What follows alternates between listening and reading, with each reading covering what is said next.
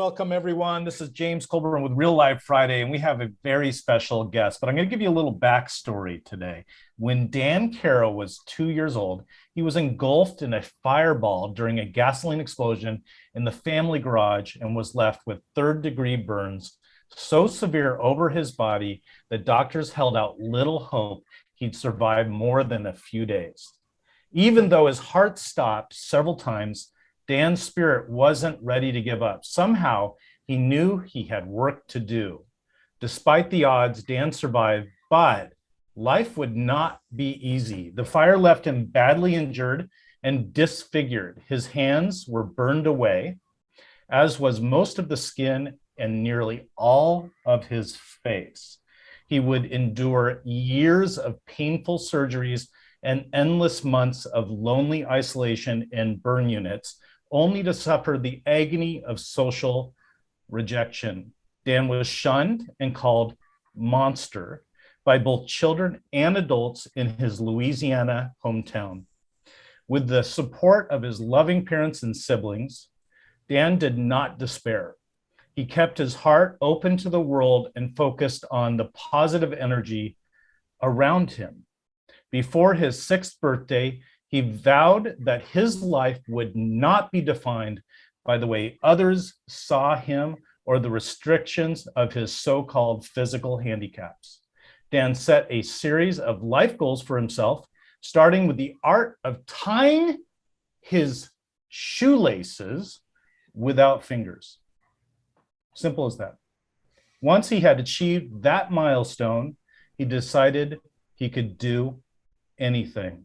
So why not learn to play the drums, he asked.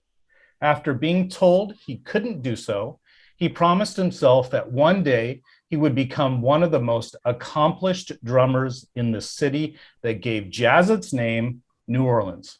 Since that day, Dan's drumming and inspirational speaking have inspired millions around the world. His personal philosophy, focusing on the positive, refusing to accept limits, and living life with an open heart, is a lesson that we all should learn and witness. The man who was once shunned and called monster by his neighbors is today in high demand for his innovative and inspirational performances. Dan has been honored to share the stage with inspirational gurus like Wayne Dyer and the legendary guitarist Carlos Santana. He encourages everyone to overcome life's hardships by viewing adversity as a gift that can drive us for our full potential. These powerful messages can also be learned in Dan's book called The Gift of Fire: How I Made Adversity Work for Me. And it is my honor and pleasure to introduce Dan Caro to Real Life Fridays. Hey, Dan, thanks for joining us. Oh man, my pleasure. Thank you for asking me again. I appreciate being here. Dan, I can feel my voice shuddering a little bit as I read your story and shared that, because it's so intense, just the social rejection, but also the physical, I mean, oh my gosh, limitation that came with this that you have overcome, and a lifetime of overcoming, right? But I'd love for you to take us way back. Take us back to the early time of what, as we called, happened, meaning what were the events of the burn and the short and long-term treatments. Tell me a little bit about that garage fire and the memories you have. Sure. So in Southeast Louisiana, a suburb of New Orleans called Tarrytown is where I grew up and was born. It was St. Patrick's Day in 1982. And it was just a typical weekday. My dad was off to work and my 2 older brothers went off to school. I was 2 years old, so I was still at home with my mom. And broke away from her attention like all 2-year-olds do, and wound up in the garage of the house. It was slightly detached. We had like a breezeway between the house and the garage. So I I found an escape route because I knew my favorite toy was in there. I love to play with this wagon, and I knew that it was stored in that garage. And I went in the garage and tried to get to the wagon. This is all based on the stories that was told to me throughout my life from my mom and the first responders, who I've been very fortunate to connect with in my adult years to talk to. But anyway, so I have actually no recollection of what I'm telling you right now. So while in the garage, there was a can of gasoline on the floor, storage, like a lot of people do. Put gasoline and paints and oils and stuff in their garage.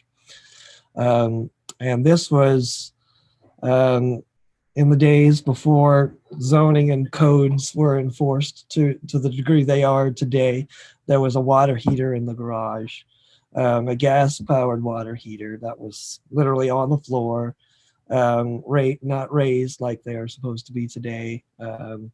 Just something that was grandfathered in. Anyway, so the pilot was exposed on the floor, and I knocked that can of gasoline over en route to get the wagon. And as the vapor began to fill the garage, when the pilot ignited to boil the tank of water, it ignited the vapor, and in an instant, I was trapped in this fireball. Really, it just was incineration. Everything in the garage was burned to nothing. I mean, it was totally charred. Everything, including me.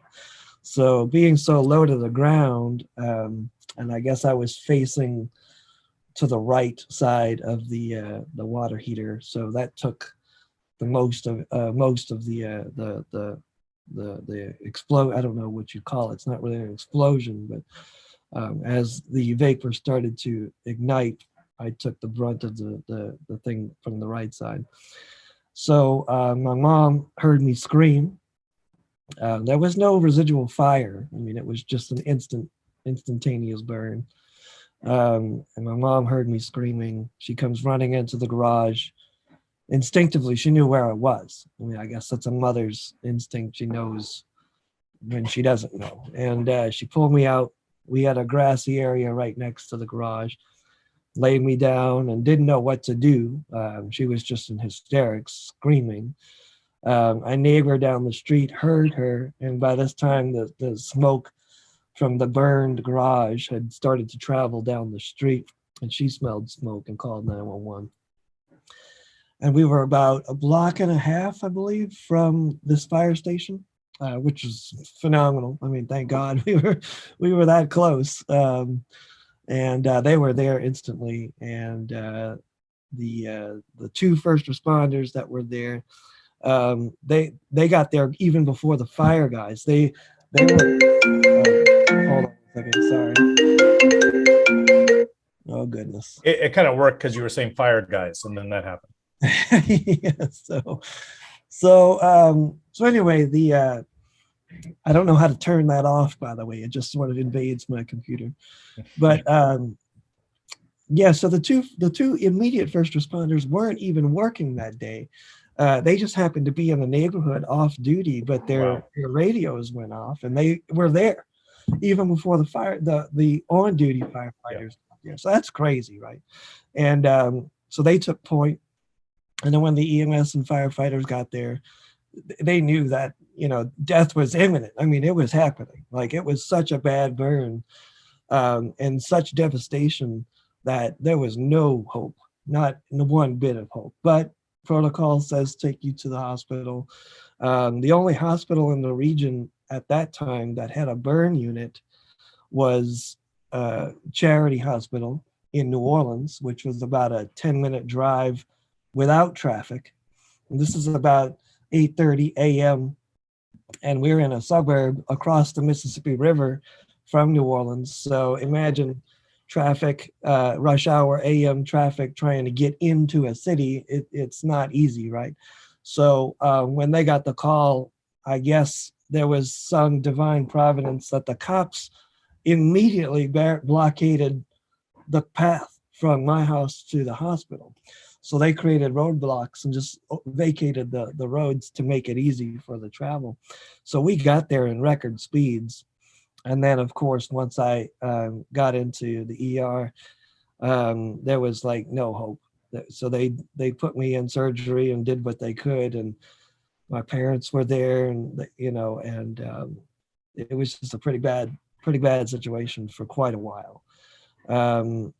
In 1982, burn treatment technologies weren't what they are today. Survival rate for a burn about 80 plus 82, 83%. Third degree, fourth degree pretty much means death. And I was no different. I mean, I was on the verge of dying, as you mentioned in the introduction. My heart did stop. I had respiratory issues, obviously. My lungs, I breathed in superheated air, incinerated my lungs. Blood infections, I mean, that's a big deal. When you have no skin, no shield covering your body, you're vulnerable to every bacteria out there, and you do get invaded. So every kind of infection comes and rips your body and your insides to pieces. So that did ultimately kill me. I flatlined several times. I guess I was dead for about 25 minutes total over the 3 different times. So that's crazy, but somehow there was a higher purpose for my life, I suppose. And by miracles and I was spared. So, but even though I somehow survived the first critical 72 hours, short, intermediate, and long-term treatment was going to be an issue, especially at the hospital that I was at. They were not equipped to handle long-term treatments, especially the severity of mine. So even though I survived the critical, the critical period, there was still not much hope for any quality of life. So my parents were still very much on edge, not knowing what was going on. And then fortunately, another miracle happened. There's an organization called the Shriners, and a Shriner came to the hospital to meet with my parents and said, we have a hospital system that can take care of Danny free of charge, absolutely no cost whatsoever. But it's in Boston, and it's burn specific, and it's a pediatric hospital, so it's 100% geared towards burns for children. You'll not find any place in the world more qualified to handle the situation than us. And if he has any shot, you need to get him up to Boston. So the only thing that we needed to do was get the doctor to release me into their custody, their care, which he did. And then we were immediately medevaced to Boston.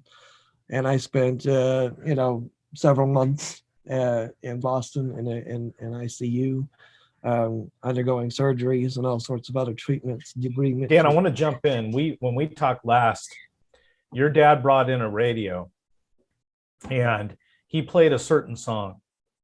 And you have explained that this was a defining moment in your healing history. When did that happen along this? And could you describe to our group here the power of that song in your life? Right. So he brought in actually a VCR because there was a movie that had. Oh, that's right. It was like a big rolling cart, like, yeah, they had in high school and stuff. Right. Those big, gigantic, 800-pound VCRs.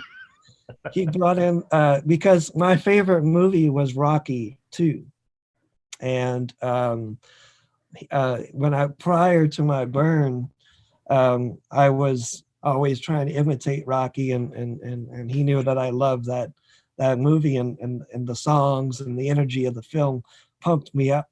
So about a month into my stay at the Boston Shriners Hospital, when my condition was not improving at all, I was on respirator. being pumped full of antibiotics and steroids and all kinds of other drugs to sedate me, wrapped head to toe. Nothing was changing. And the doctors were basically preparing my parents for either death or full-time, um, um, uh, nursing treatment and basically no quality of life whatsoever. So my dad decided to get a VCR. They had one at the hospital. And even though I couldn't see, because my eyes were burned, eyelids were burned, and they had them sewn shut, and my face was totally covered. He put the Rocky 2 movie in and just played it. And obviously I could hear the dialogue, the movie script, and the music, which was the most important thing. And immediately, he, my mom, and the nurses and doctors all agreed that I started to change. My condition began immediately improving. So another miracle took place. So it was just miracle after miracle after miracle. And so they decided that would be part of my therapy, would just be to play that movie around the clock, basically. Just start it, play it through, rewind it, start it, play it through, rewind it. And almost, 2-3 weeks later, I think they took they extubated me, and I was breathing on my own. And, I wasn't out of the woods by any means, but at least my vitals had stabilized to the point where they weren't so concerned anymore. And things started to turn around at that point. So, thank you, Rocky, for writing that character and creating that movie series, because, if it wasn't for you, Sly, I probably wouldn't be here, man. So Wow. I know you won't ever see this, but if you happen to, thank you, Sly. Oh man, I think I might make sure that happens. Yeah, right. Anyway, so yeah, that was it. But I think ultimately it was 4 or 5 months, and then I was discharged from that period.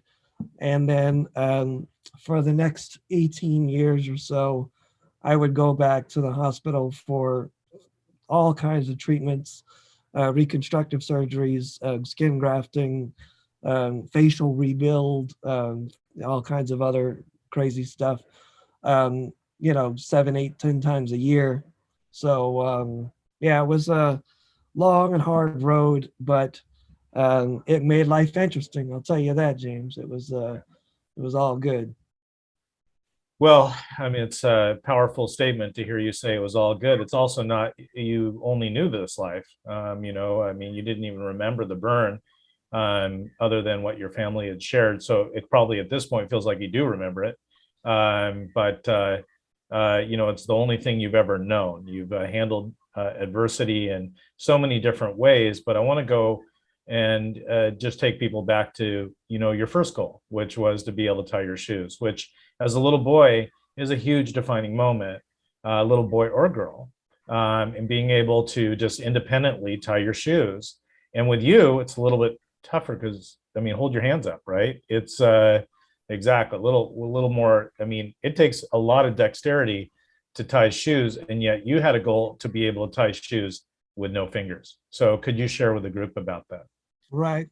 So what you see here has been basically reconstructed. So this thumb, these 2 thumbs here, this one doesn't even really matter. This has no value to me whatsoever. But this thumb was rebuilt. It didn't exist when I decided I wanted to tie my shoes. So this was fused after the burn. So you really had no ability to grab on. Not when that journey began. So these are only the which remaining of my metacarpal bones on both sides. All of my carpals and phalanges fell off and burned off. That's a crazy, silly, horrific story. If you want to hear it, I don't know if we need to burden the audience with such graphic gore, but ultimately these things disintegrated. So what was left was the metacarpal bones, but there was enough bone, according to my hand reconstructive specialist, that we could separate the thumb metacarpal from the rest of them, and through a long, ridiculously painful series of surgeries, we could actually elongate that bone and create a bunch of grafting to where they could allow me to have a separated thumb for gripability, right? And they tried to do it on both hands, but fortunately the left hand had more bone mass, and that thumb reconstruction started to take shape and yield some good results. However, the right hand didn't have enough bone mass to work with, so unfortunately it didn't work to the degree of the left hand. But in spite of that, we continued the process. It was about a 4-part series of surgeries. We started it at 4 years old, and it ended at 6 years old. So over 2 years or so, they created these thumbs. And, I mean, like, the way I try to explain it to people is this doesn't exist on the human body the way it exists on my body. So this was sort of an addition to your body. If you want to know what it's like, I can only assume that if somebody just decided to put another arm on your body, even if it's in the same location as your other arms, what are you going to do with that? It's just going to go limp. There's nothing you can do with this new created limb. So same thing happened here. There was nothing I could do with this. So I didn't have the muscle control. It doesn't move the way this part of your body moves on a normal hand. So I had to really, really work hard with the hand rehabilitation specialists.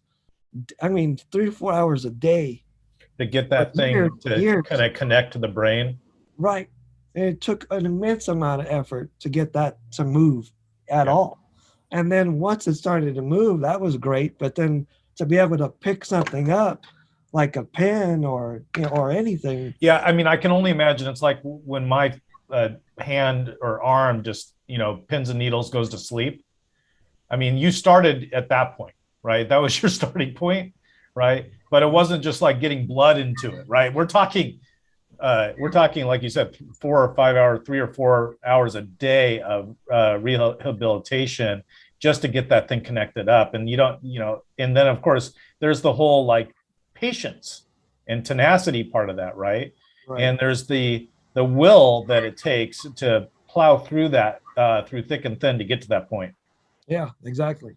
I think that's so far the message that you bring. And Dan, I'm always really sensitive to the fact that you're telling a story you've told so many times, and yet you still tell it with fervor. You haven't cheapened the story because it's such a powerful canvas and framework for the message we're going to be talking about next. And you have to lay this out, and then then it becomes such a powerful message of overcoming, and then beating the odds, really. And of course I don't think any of us have gone through the kind of burns that you've gone through, or the adversity you've gone through as a little boy, in this way, with this kind of trauma. But just such a powerful message about I guess plowing through it, right? I mean, because I'm sure you had give up days, correct? Oh, for sure. Still today, man. Did you secretly not want to come on the show today? Did I secretly not want to? No, I did not. I'm just saying, like, you know what I mean? Like, I don't know if I got it in me, right? I'll tell you though, those days do exist. Yeah, when I have to go out and do a talk or play a gig, and I'm like, man, this isn't working today. Life has just got me upside down, and I don't know what's going on, and I don't. Yeah, no doubt, everyone. Yeah.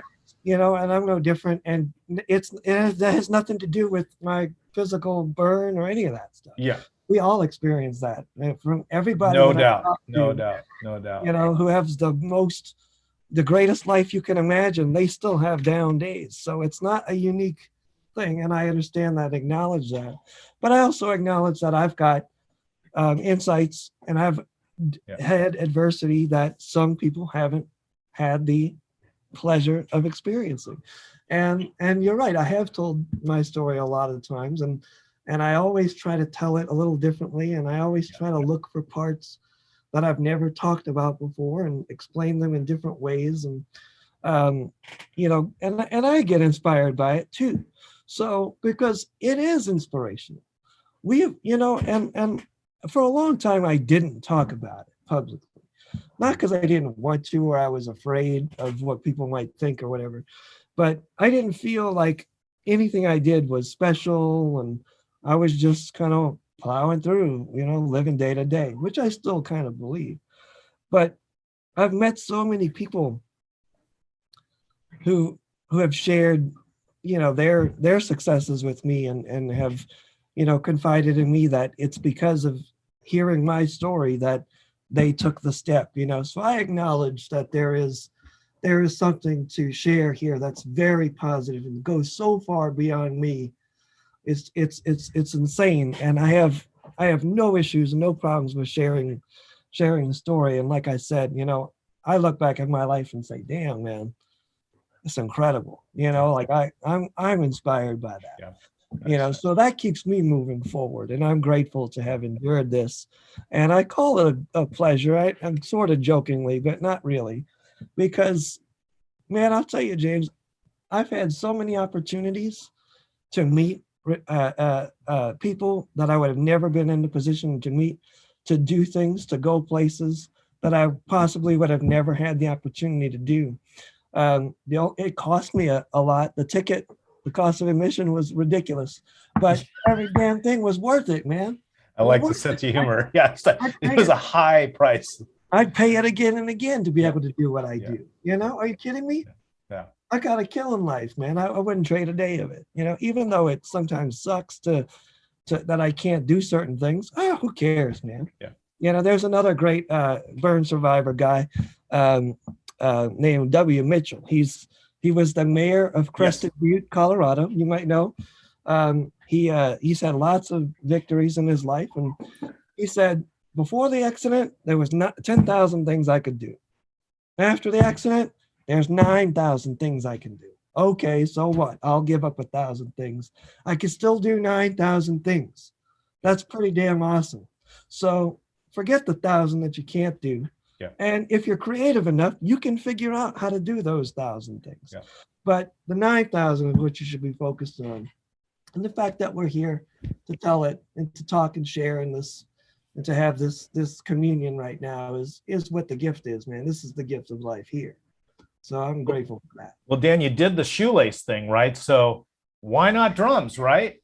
Right. So just for the group here, we're going into Dan becomes a world-class drummer. And how does Dan even hold, drumsticks, let alone become a world-class drummer in the city that gave jazz its name, right? Yeah. Literally playing with Carlos Santana. I almost called him Carlos Montana. But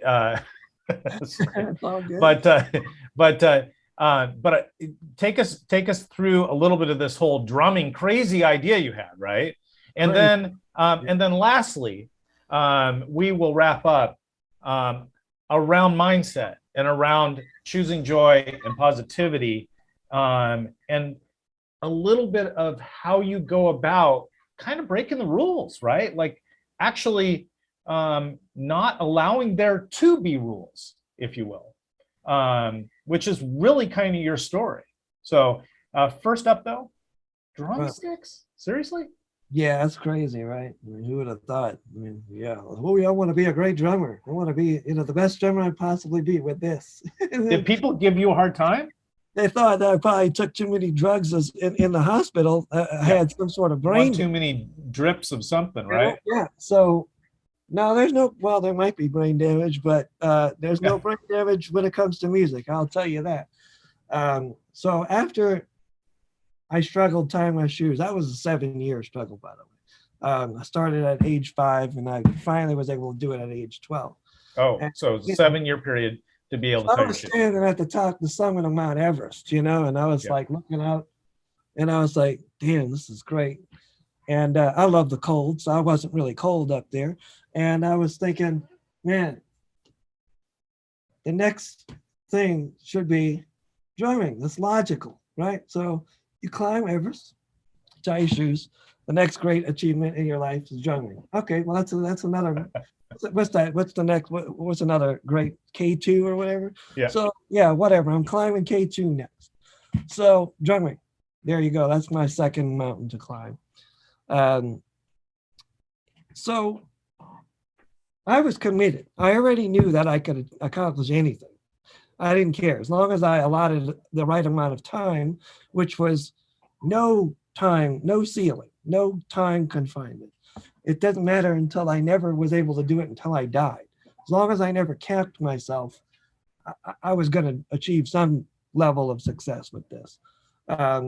Regardless of whether or not I ever gigged, who cared? As long as I could play a drum, that's all I cared about. So how does one do that? And well, normally you just pick it up with your fingers and hands. Well, I ain't got that. So I had to come up with something a little creative. Now, when I was talking about this, I had much more bone mass to work with here. So I have much deeper web space here, and I have more skin and tone to grip something with. So even though I wasn't strong, I could still pick up stuff with the left hand, right? So it was just going to be a matter of time to strengthen the muscles and to figure out leverage, right? And learn how to twist my arm and stuff to get maximum strength and grip with what I had. However, the right hand, I have very little to grip with. The stick doesn't, you see, there's nothing to grip. So I would have to come up with some external device. So I tried in secret because I was so dedicated to doing it. Duct tape, that didn't work. Cable ties, those rigid, hard, very sharp plastic things, which cut your skin and was very painful. Tried that. Super glue, regular rope, none of that worked, right? It was all stupid, but I tried because I was so committed and so stubborn that I wasn't going to listen to anybody, especially reason. And I was going to do this no matter what. So finally, my dad comes in, realizes that I'm all cut up. What the hell are you doing? Well, I'm trying to drum. And he goes, well, we need to come up with some safe method. So he called up his buddy, who is a professional drummer back from the 60s and 70s. And together, the three of us put our heads together and tried a couple of other safe methods. We knew we would need some sort of strap, but we would need something that took up a certain amount of space to allow for rigidity so the stick wouldn't just go crazy and just rotate 100%, but we needed something flexible at the same time. So ultimately, we came upon a wristband, like a sweatband, right?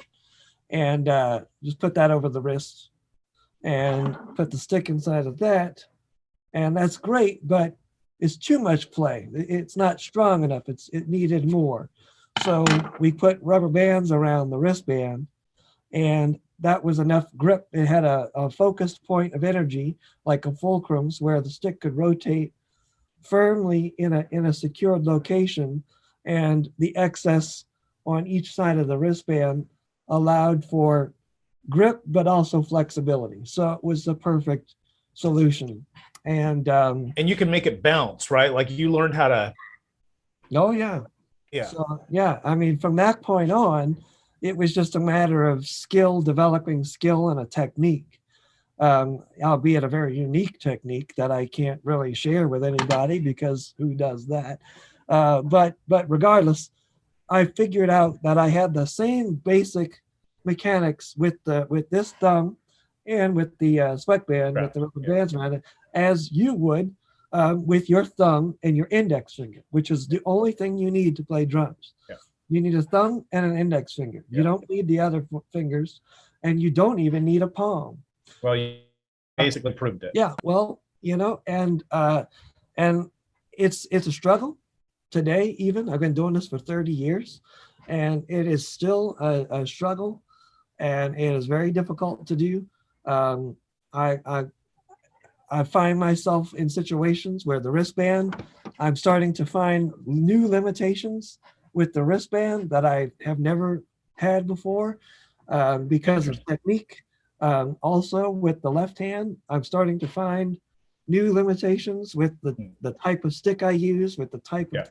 So, and I think as any skilled person, someone who develops a skill, whether it's music or anything, as they progress, they start to reach their ceiling and they're like, oh, well, I don't have enough skills, so I need to expand. Well, same thing here. So so in that regard, I'm just reaching a new limitation, and now there's got to be a solution for it. So, I mean, obviously, it's tough to work without fingers, and but there is a solution, and I believe there's a solution to every problem. And it just takes a creative mind and a willingness, like you kind of said earlier, to bend or break the rules and to go beyond the standards of what our occupation is and what our accepted norms are, societal norms. Sometimes you need to go beyond that. So anyway, so that's kind of where it is. And Dan, we're gonna take a pause and take some questions, but before, I want you to just share that little kind of patented technique you have of positioning the stick every once in a while. You know what I mean? You were explaining that to me last time. Typewriter technique, right? Yeah. The old school typewriter. So over time, when I'm playing, like throughout a song, the stick starts to slip up, right? And because I mean, I'm bashing this thing. You're drumming. And it starts to slip up, and there's nothing really to stop that. So there's a point of no return where if I go beyond that, the stick's going to go flying out. So I have to reset, like you said. And if you know what an old school typewriter is with the lever, once it dings and you pull the lever and you have to reset to go to the next line, well, it's basically the same thing with this. Yeah. Once I reach the point of no return, and it's based on feeling, I can feel the weight of the stick shifting. So I would push the stick tip into the head and slide it across until it hits the rim, and it would give me enough force that I could push the stick back to its original position and go back to playing. And that might happen 1 or 2 times during a song, depending on the type of song. But that's definitely a thing. But it creates this little like buzz, like brrr, and then it like clicks. It's like brrr, click, and then it's back. And it's a very unique sonic experience because when you're listening to me, there's like this additional thing that happens within the beat. It's become almost a signature. I've watched you on YouTube and listened to some of your music, and it's actually a signature to you. I might be the only person to do that because pretty much, of the technique that I've developed. I mean, nobody else would need to do that. Yeah. I mean, why would any human being who is able-bodied, who holds the sticks with their hands, have to reset in that way? I don't think they do. And I've explained the technique to people, and I've actually asked them to try to create their version of it, and it's very weird and different. It doesn't work the same. So I, you know what? If that's my signature, then I'm happy. I'm happy about that, man. Well, Dan, thanks for that. Let's take a quick break here and let's hear some questions out there. And of course, with this guest, with Dan, you're welcome to just unmute and ask Dan a question. If you don't want to do that, you certainly can put it in the the comment section of Facebook or here on Zoom. So any questions out there, Sierra? Sorry, let me turn my video on. Hi, Dan. So one of our questions is, what is something you learned about yourself when you learned how to play the drums that you didn't know before learning? Man, what is something that I learned? Well, I was 12 years old, so I don't know how much we know about ourselves when we're 12 years old. Um, what did I learn about myself? I learned that, well, when you're going through your break-in period, like when you're learning to hold the stick and you're starting to break down your skin to callus, that's a big deal for musicians. Everybody know guitar players, their fingertips go raw. Trumpet players, their underside goes raw. Drummers, their hands go raw. Well, what I learned is I'll never callus. And here I am 30 years later, still playing drums, never having been able to callus because the skin on my hands is so delicate that actually never happened for me. So it is like I'm a beginner in terms of the breakdown of the skin, So it can be very painful. So what I've learned is, kind of how to overcome that pain when you're causing massive amounts of trauma on the exact same spot willingly. I've learned how to sort of numb those parts, even though I know it's physically hurting. That might not have been quite the question, but that is something that I definitely have learned, that my skin is not really very capable of holding up to any sort of damage. And drumming really expedited that awareness for me. So I have to be extremely careful about protecting my hands, because this is how I make money and playing drums. And I already cause enough damage. So any sorts of cleaning stuff and chemical, I can't wear gloves, so when I clean stuff, I have to be extremely cautious about how I handle cleaning products and stuff like that too, because it'll break down my skin. So just hand protection and awareness is definitely moved to the forefront because of my drumming. I learned that at 12 years old. What's so cool about that, Dan, is that your hands essentially have become even more important to you than we view our hands, right, with the five fingers on it. To us, your profession is directly linked to hands that really shouldn't be able to hold a drumstick, right? And protecting those hands and the thin skin around those hands has become part of your preoccupation. It's really it's a testament to what you've overcome. Most certainly. It's literally an obsession. I'm totally OCD about it. I don't know, maybe 15 years ago, I broke this thumb, cracked it nearly in half. And that was horrible. Not for pain issues or anything like that, but just I thought life was going to be pretty much over at that point, especially drumming. So what we did was we splinted it up as best we could. But as a musician, I don't know what people's awareness is of how much money a musician makes, like a working class musician. We don't make money. We're literally doing it because we love to do it. So if we can feed ourselves at the end of the day, then we're successful. So I have to play ridiculous amounts of gigs in order to feed myself, like 10 a week. And that's a lot. And when I broke my thumb, that stops income, right? So I talked to my hand specialists and I said, you better take this thing up and put as much splitting on this thing as you can, and I have to still play. So what I did was, during that 4-month period or whatever, because I really needed to make sure the bone healed, I started to play right-handed. I'm left-handed, which is already weird for drummers. There aren't many of us. There's like 0.03% of drummers are like left-handed.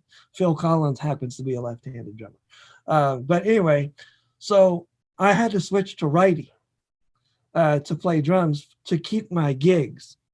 And I basically sort of kept my left hand out of the mix as much as I could and started playing one-handed gigs right-handed.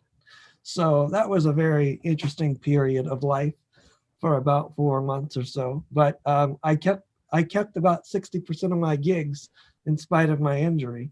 And yeah, I'm obsessed with hands. It is what it is. So Dan, hands. uh, Dan, I just love your story.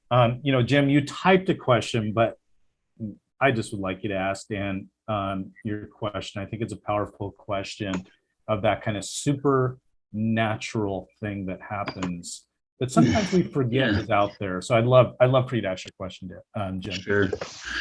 Hi, Dan. Thanks so much for just sharing such an incredible lifetime of miracles. You've spoken of angels who showed up in the paramedics that were off work, and you even talked about dying and being gone for 25 hours. And my question is, how much of your current incredible perseverance, I mean, not just current, but your lifelong,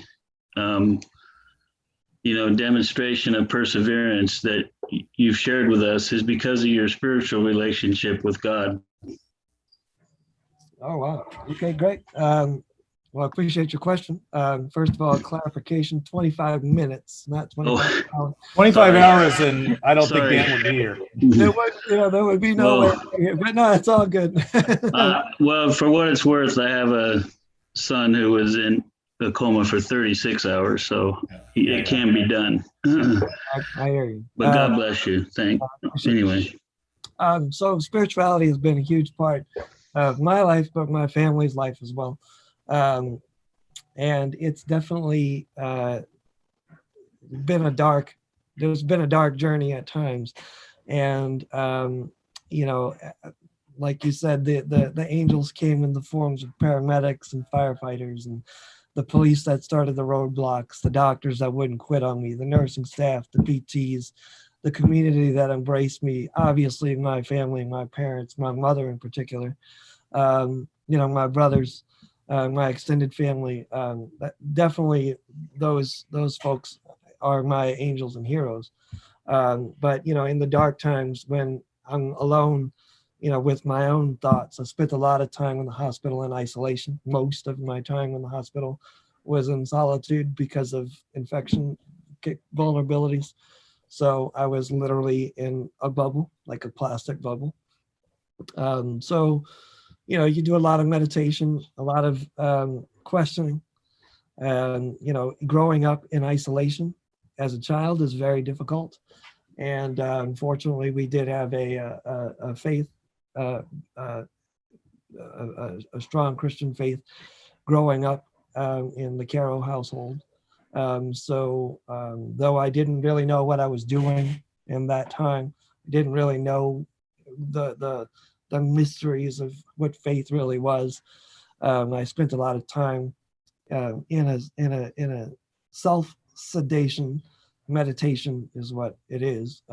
At 5 years old, 6, 7, 8 years old, literally meditating, just sort of calming yourself and starting to contemplate what life is all about and how to tolerate people that are intolerant, how to deal with life struggles, before you ever engage them, and I can only attribute those mental exercises to some higher divine inspiration, because when I finally did encounter those experiences, in public on the street, they didn't get the better of me, nor did they ever get the better of me. I was fully prepared for anything life threw my way before I ever reached that sort of level. And I can only attribute that to a higher power, That's awesome. Through the way. So thank you. Appreciate God bless you. Thank you for sharing. That's awesome. I wanted to jump in and think a nice segue here. A nice segue here is to talk a little bit about your time with Wayne Dyer. And for all of you out there, you can actually watch that on YouTube, his time with Wayne. But Wayne obviously an incredible spiritual, motivational person. He's no longer with us today, but gosh, I mean, I've just learned a lot through his approach to life, and that he had you on his show, on his stage, more likely, was a powerful moment for you and put you really on a world stage. So I'd love for you to share that. Sure. Yeah, that was an interesting experience. That was I started working with Wayne in 2008. And at that time, I was kind of in a transitional period in terms of where I wanted to live and what life was all about, because strangely enough, 2005, August 29th, we had the worst situation that New Orleans had ever experienced, Hurricane Katrina. And unfortunately, on the 16th anniversary Sunday, we're about to get nailed with another hurricane that could potentially be catastrophic again. So please keep us in your prayers, because we're bracing for something that we might not really be ready for.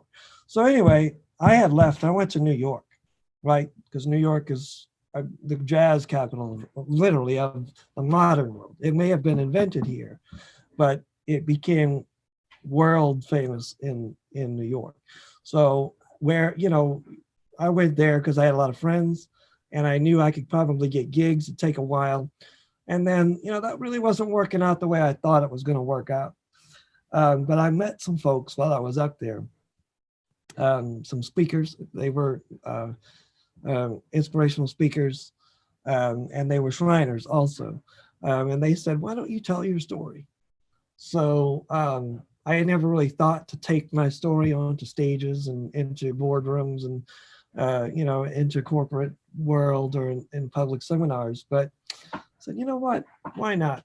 I'm not gigging as much. I don't have as much of a strict schedule. Let me start talking about this and see if it helps people. It helped, I'm inspired by other people's stories. So I took a class, a speaking class course, and I met so many wonderful people. And through that course and through some other mutual friends, the stars aligned and it connected me with Wayne Dyer. Wayne Dyer is, like you said, he's a huge speaker, one of the biggest inspirational speakers ever. I had read some of his books earlier on, was very inspired by his books.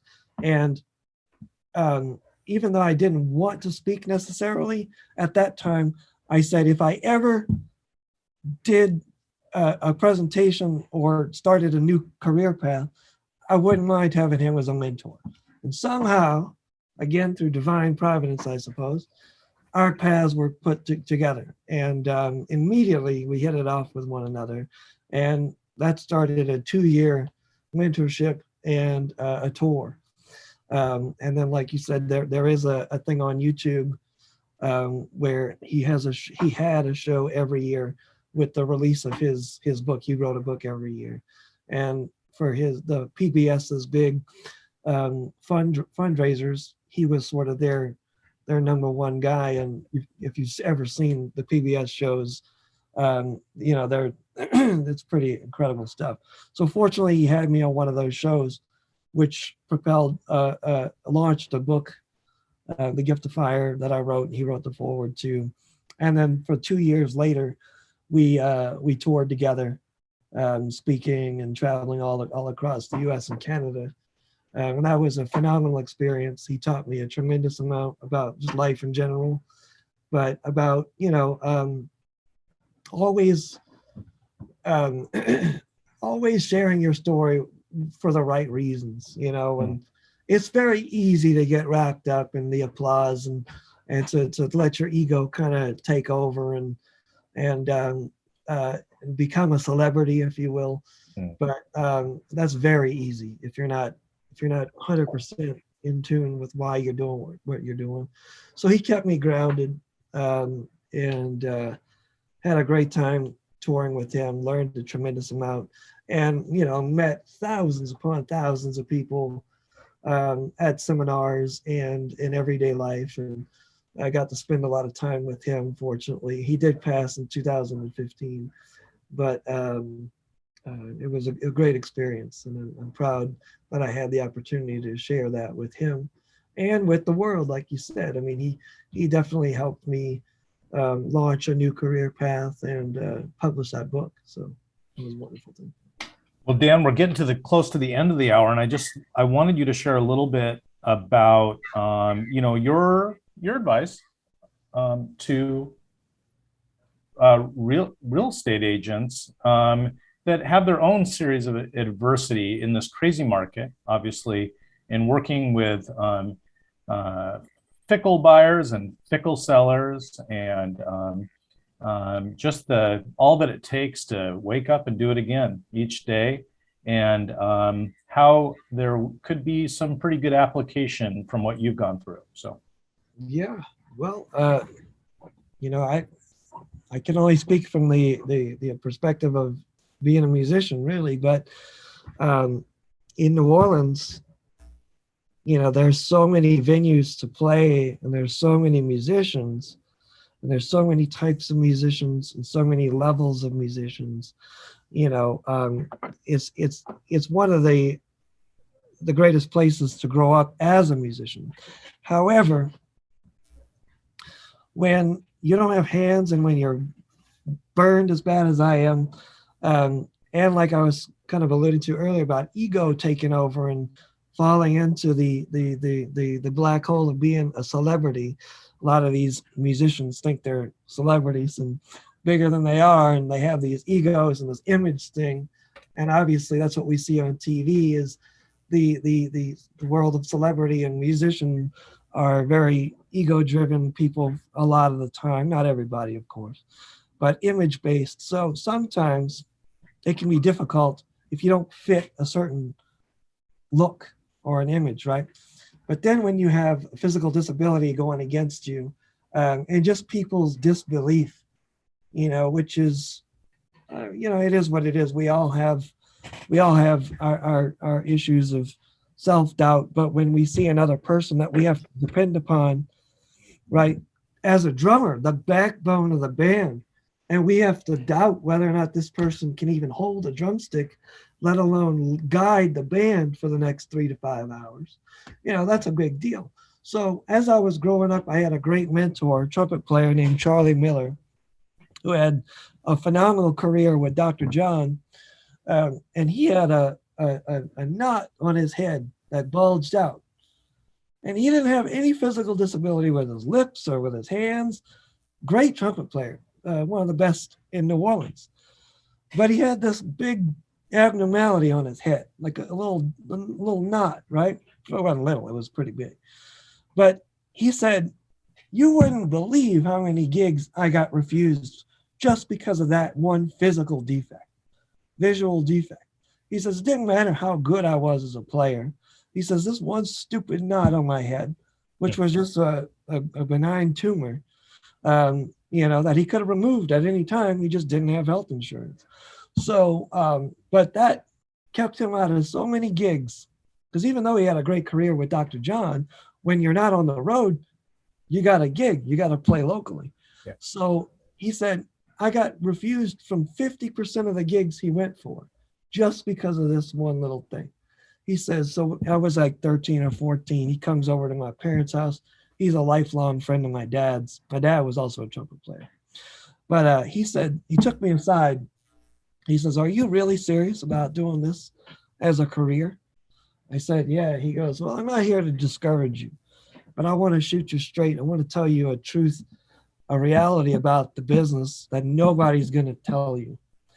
He says, just based on your looks alone, you're going to get a no from 50% of the industry. Just straight off the bat, just be prepared for that. They won't even give you the time of day, just based on the way you look. Doesn't even matter if they hear you play and you're better than everybody else. You're going to get no from the beginning. Doesn't matter.